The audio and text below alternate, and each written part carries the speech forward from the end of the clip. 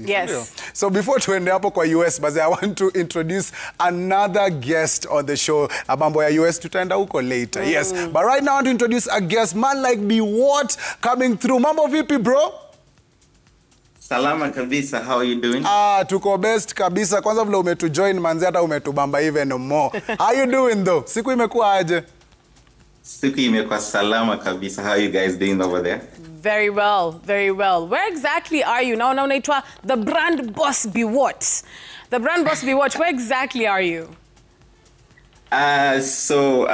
Currently I just came back in. I'm in Kenya at the moment. Oh, nice. Umetoka wapi? So we run a couple of stores in Kigali and Ghana.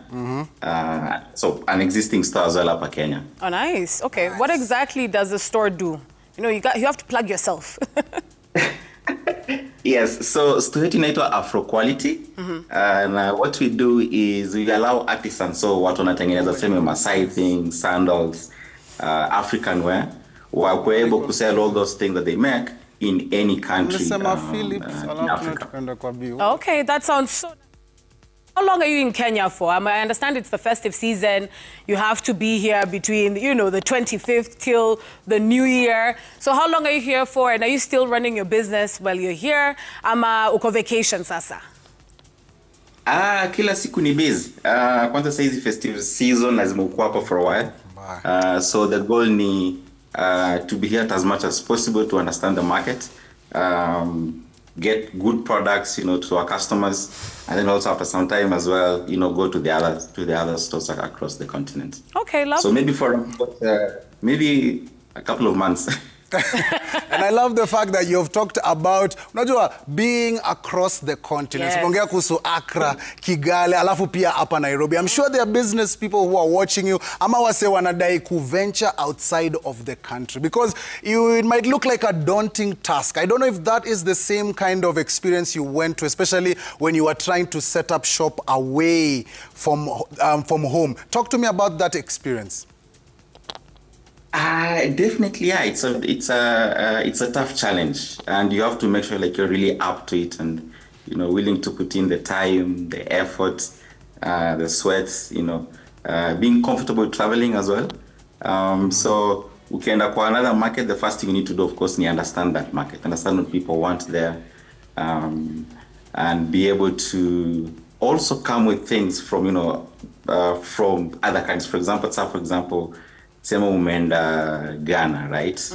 Now from Kenya, you know, tuko na vitu kama, you know, some legit Maasai things that have been made, you know, that could be very niche for them. So being able to give them something that they've never seen before and telling them that, hey, this is African, you know, imetengenezwa Africa by African.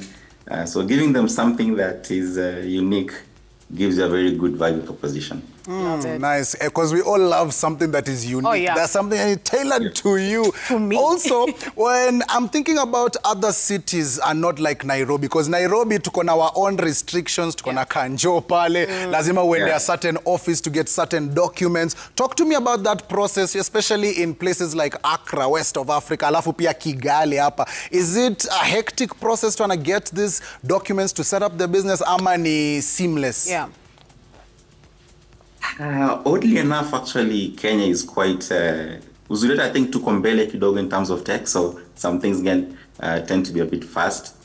In places kama Rwanda, wako na very top-notch efficiency, in a very environment conscious. So when you're presenting ideas to the relevant authorities, lazima useme hii it affect this environment, you know, this is how I'll handle my trash, and lazima ukwe very conscious of the environment. Place kama Ghana lazima ukwe chap, you know. I would say wako very in your face, you know, we need to get this moving, you have to show the confidence. Unajua Kenya tuko a bit meek kidogo, you know, wezi jipiga kifua sana, but Ghana lazima uonyeshe that you are worth your salt. Okay, lovely.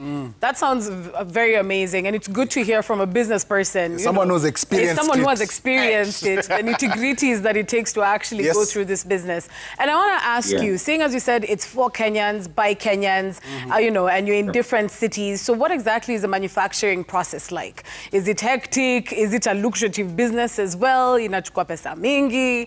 How exactly would you also advise people to get into that business?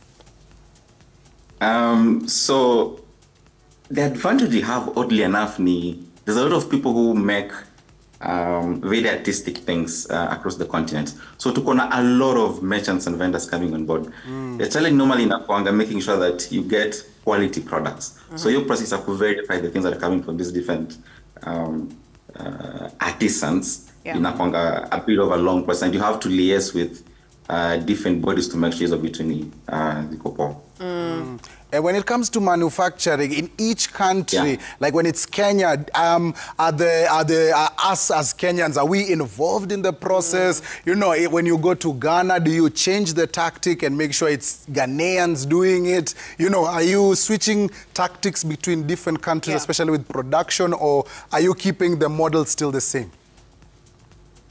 You have to change the tactics because you have to know, like, ukenda kwa hii country, you have to use locally sourced materials, right? Yes. So, for example, if you're making leather products in Ghana, and you have to actually make sure these things are legit, you know, you're real. You have to figure out, you know, una work na nani kwa your market. Is that person verified? Are they giving you quality products?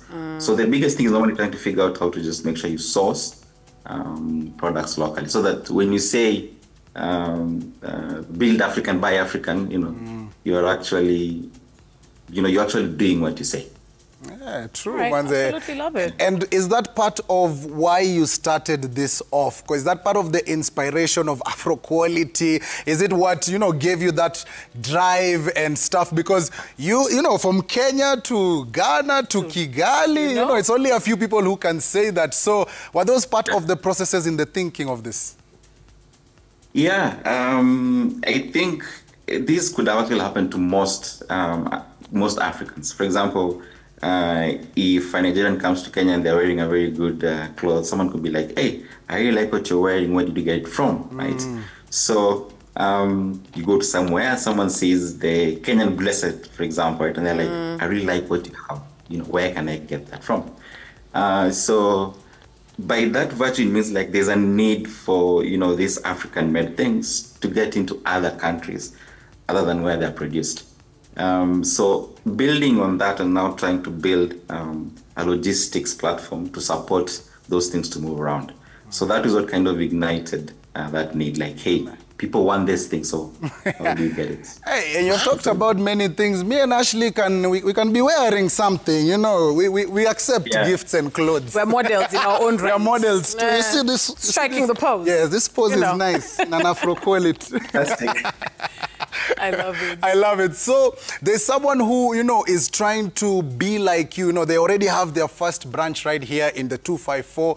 Wanna try to expand, wanna try kufikia pale wewe umefika plus beyond. What are some of the things ungependa kuambia this business person about going outside of Kenya? What are some of those tips and tricks? Nini ungemwambia, by the way, sir, watch out for this or do this better to reach a further market?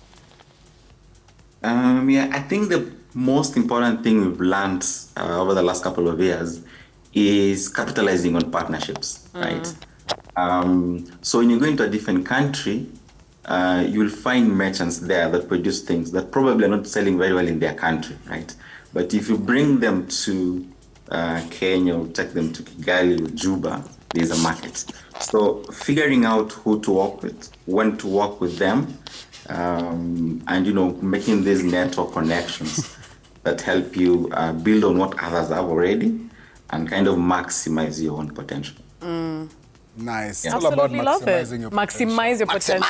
Niko na swali pia. Now that you've been in different work fields and different countries, of course, what exactly about those cultures in those different countries has been a shock to you? Like umeingia, you're just like, where? Hapa sijui nitafanya nini. So what about the different countries' cultures have really shocked you? Different things. I would say first is the type of shopping, how people shop. We have this belief that people will shop online and come and look at just buy things online. But different countries operate differently. For example, Kenya, yes, we may be a bit tech oriented too much. You expect people to shop online, but in some other places, people actually they need to come to the store. They need to feel the product. They need to feel the texture. Wear it a bit, showcase it, take some pictures, share with some friends. And so it gives you different perspective of how different countries shop. Yeah. Another thing that's so interesting is bargaining, right? In some other countries, when you show them a price, they're like, fine, this is it. Kama hii ndio pesa unataka nilipe, nitalipa. The product is quality. Someone else will be like, yo, can I get an offer? So understanding those dynamics for different countries helps you like decide, say, what's this kind of promotion? These guys, let me give them this kind of discount on these particular products, right? And also maybe working and understanding the culture. Come on, holidays, this holiday I need to curate this kind of inventory and the likes. Oh, I love it. And I don't know if you've experienced, in the festive season, I don't know if every festive season you've been back home, or maybe you've experienced a bit of Christmas or a bit of New Year in like Kigali or Accra. I don't know if that's the case. Yeah, so this is actually our kind of our first full year being fully operational. So we're now trying to run it in Kenya and understand how the festive season affects the sales. So this will be a very massive kind of learning curve for us, and seeing what works and what you can capitalize on the next festive seasons. Hey, I love it. Hey, and the future already. Biwott mwenyewe, Big Bazoo mwenyewe. We love it. And how can guys connect to you? Because I'm sure there are business people who are watching and they're like, hey, Biwott, ningependa at least tuongee kando, ask you a few questions hapa na pale. Can guys connect with you for that? Yes, definitely. So there are two main ways they can connect with us. So they can go to our site, afroquality.com. You can see the products we sell, the prices they are. You can look at different angles of the products. You can also visit our stores as well. So if you go to our stores, you can now feel those products, touch those products, maybe wear some, and whenever there's in a car, take some photos. You have some amazing videographers and pictures, a whole film thing going on. So yes, come to our stores, pitia angalia tuko na nini for the festive season. You want to buy some gifts for your friends and everything. Yeah, but that's basically how you can get in touch with us. All right, love it. Speaking about friends, I'm sure you have a couple of people that you want to give salams to. So this is your opportunity. Fanya shout out ya kila mtu. Usisahau pia relatives and family. Usiseme tu friends. All right. So I'd like to wish happy holidays and a great season to my family, my mom, Rosabella Biwott, my dad, Paul, my brother, Dennis, my sister, Valentine. And, I had a couple of cousins who also graduated recently. So the likes of Sydney and Brian. Great work on graduating, and it took a bit of time. But yeah. And of course, the entire Afroquality team, good job. Ah, nice, manze. I can't wait to wear something, My body is looking... something. Anyway, from my mouth to God's ears. So, God, please, you've had me saying something about Afroquality. But thank you very much, my bro. And congratulations to you. We love stories like that, because conquering your own country is one thing. And then taking it beyond the borders. So salute to you, sir. Woko part of the top at the top. So bless up yourself, Biwott, manze. Thank you so much. Apo sawa, manze. And we'll be definitely having you on the show more and more. Especially ukienda Kigali, ukienda Accra, we definitely want to see how things are done in that region. So make sure you are still connecting with us, because you automatically become our ambassador. If you come to the show, when you ambassador. Immediately. Fantastic. Apo sawa. Thank you very much. And just like that, stories by Kenyans for Kenya.